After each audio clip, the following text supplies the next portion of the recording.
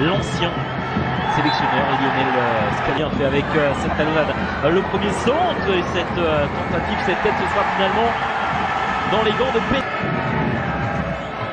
Cette transversale qui n'arrivera pas, ce contre va compter tout plus rapidement pour l'Équateur avec peut-être la première incursion. Ce duel avec la sélection, c'est lui qui se charge. Oh, le ballon qui a été dévié. Et ce sera un corner à suivre, deuxième coup de pied arrêté consécutif. Kahneman, notamment le joueur du Grêmio. Maria Wayne. Ce ballon là-bas sur le côté gauche avec ce centre fort. Au premier poteau, il y avait la présence notamment de Lucas Alario. On se rapproche des 10 premières minutes de cette rencontre en faveur de l'Argentine et que l'intervention de Pedro Ortiz. Sensation. Cette fois-ci en faveur de l'Albi Céleste, coup franc est concédé de Pedro Ortiz. C'est frappé en force, finalement repoussé par le mur. Dans les pieds, c'est pas terminé avec Paredes. Ah, il y aura une faute. C'est une faute de réparation. Une deuxième fois, il est passé le centre fort en premier poteau.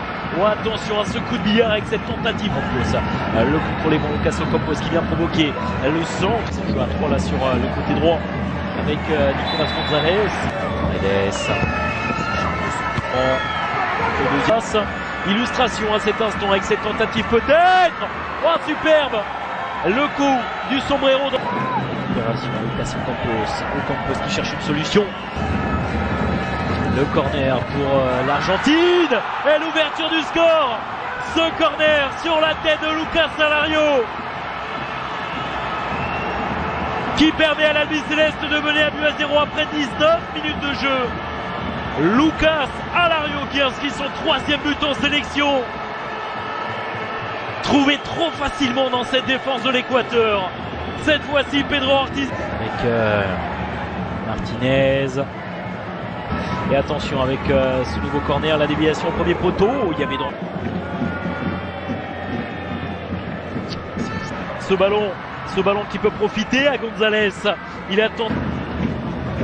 Et Paredes pour frapper ce corner. Et il faut plus s'appliquer dans la conservation du ballon. Côté gauche, la montée de Marcos Acuna. Acuna dans la surface de réparation. Avec ce centre-tir qui a été contré encore une fois. 2-0 pour l'Argentine. Oh, il a tout fait tout seul. Marcos Acuna. Le joueur du Sporting Portugal. Ah, il avait Lionel Scaloni lorsqu'ils ont le ballon sur le côté droit de Nicolas Gonzalez. 5e match sous le maillot de l'Argentine. Là-bas sur le côté gauche avec un centre qui va arriver à destination. Il y aura un coup de sifflet auparavant. Leandro Paredes est au fond du filet, ça fait 3-0 pour l'Albi Céleste. 3e but pour Paredes en sélection. Et l'explosion de joie dans les travées de l'Estadio Manuel Martinez Valero. Ça fait 3-0 pour l'Albi Céleste. La note en retrait, le service dans la surface de réparation avec le contrôle de. Il y a le contenu également en termes de jeu. L'Albi Céleste est largement au-dessus de son adversaire.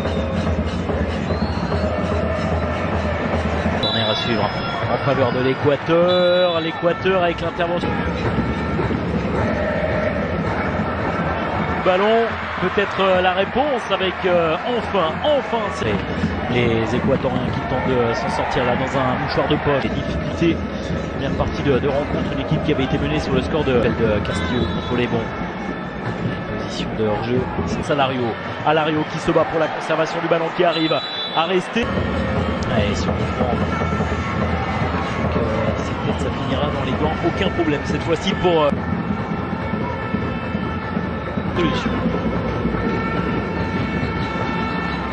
Trouvé sur le côté gauche Acuna qui a voulu lancer dans la profondeur pour Estrada avec qui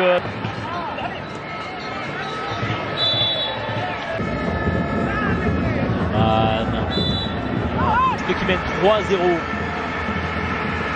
à l'Équateur.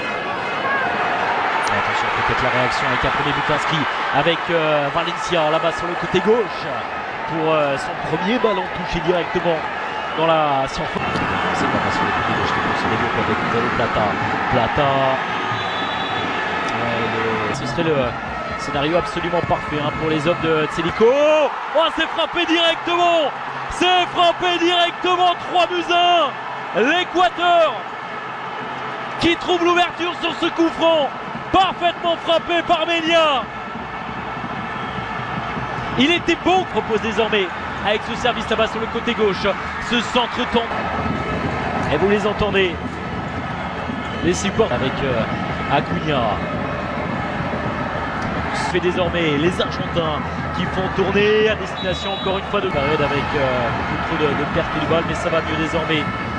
Dybala, le décalage qui est fait, l'une de c'est bien fait dans la surface de réparation. Sifflé. Et gauche. Dans le Dybala. Capitaine de l'Albi Céleste. Et là, encore une fois, à la lutte. Il y aura un coup de sifflet, la fin de Freud. C'est lui qui se bat. S'impose dans ce duel.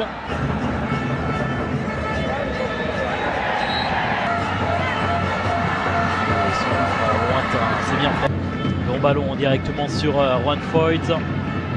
Il a la lutte avec Nicolas Dominguez. Ballon. Et Lucas Ocampos qui arrive à s'en sortir sur le côté gauche. Il y a une nouvelle faute là sur l'ancien joueur de l'Olympique de Marseille. Très bien tenté de l'identifier. Ce coup franc, deuxième poteau. Oh, c'est parfait. Ce coup franc sur la tête du capitaine argentin, Germán Petzela. Son deuxième but en sélection, ça fait 4-1 pour l'Argentine. Ils sont restés sur place. Les hommes de... Et je parlais de claque infligée peut-être en première période. Marcos Acuna, buteur, je le rappelle, en première. Dominguez.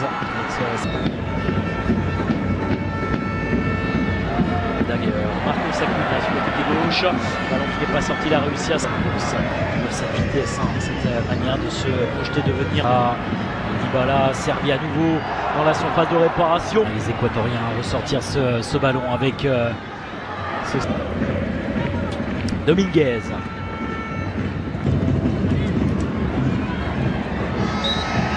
Avec ce combo de la part de Rodriguez. Ce coup franc, la remise en retrait et on va tenter de frapper, c'est fait. Et désormais avec ce but inscrit par Nicolas Dominguez et de 5 pour l'Argentine. Suite à ce coup franc et cette frappe à l'entrée de la surface de réparation, Nicolas Dominguez. Une domination technique, athlétique. Cette frappe enroulée, oh que c'était bien frappé, c'était cadré et ce n'est pas terminé. La frappe forte, le 6e but, le voici le 6e but, Renzo Sarabia, avec notamment Ocampos, évidemment Lucas Ocampos. Ah, il est récompensé finalement, Lucas Ocampos, c'est bien parce qu'il a donné